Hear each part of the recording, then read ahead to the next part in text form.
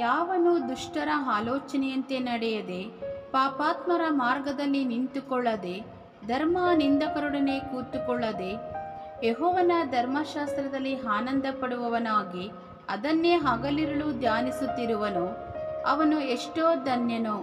ಅವನು ನೀರಿನ ಕಾಲುವೆಗಳ ಬಳಿಯಲ್ಲಿ ಬೆಳೆದಿರುವ ಮರದ ಹಾಗಿರುವನು. ಅಂಥ ಮರವು ತಕ್ಕ ಕಾಲದಲ್ಲಿ ಫಲ ಕೊಡುತ್ತದಲ್ಲ, ಅದರ ಎಲೆಯು ಬಾಡುವುದೇ ಇಲ್ಲ. ಅದರಂತೆಯೇ ಅವನ ಕಾರ್ಯವೆಲ್ಲವೂ ಸಫಲವಾಗುವುದು. ದುಷ್ಟರೋ ಹಾಗಲ್ಲ, ಗಾಳಿ ಬಡುಕೊಂಡು ಹೋಗುವ ಹೊಟ್ಟಿನಂತಿದ್ದಾರೆ. ಆದದರಿಂದ ದುಷ್ಟರು ನ್ಯಾಯ ವಿಚಾರಣೆಯಲ್ಲೂ ಪಾಪಾತ್ಮರು ನೀತಿವಂತರ ಸಭೆಯಲ್ಲೂ ನಿಲ್ಲುವುದಿಲ್ಲ. ಯೆಹೋವನು ನೀತಿವಂತರ ಮಾರ್ಗವನ್ನು ಲಕ್ಷಿಸುವನು, ದುಷ್ಟರ ಮಾರ್ಗವೋ ನಾಶವಾಗುವುದು. ಆಮೇನ್. ಕೀರ್ತನೆ 1ನೇ ಅಧ್ಯಾಯ 1ರಿಂದ 6ನೇ ವಚನ.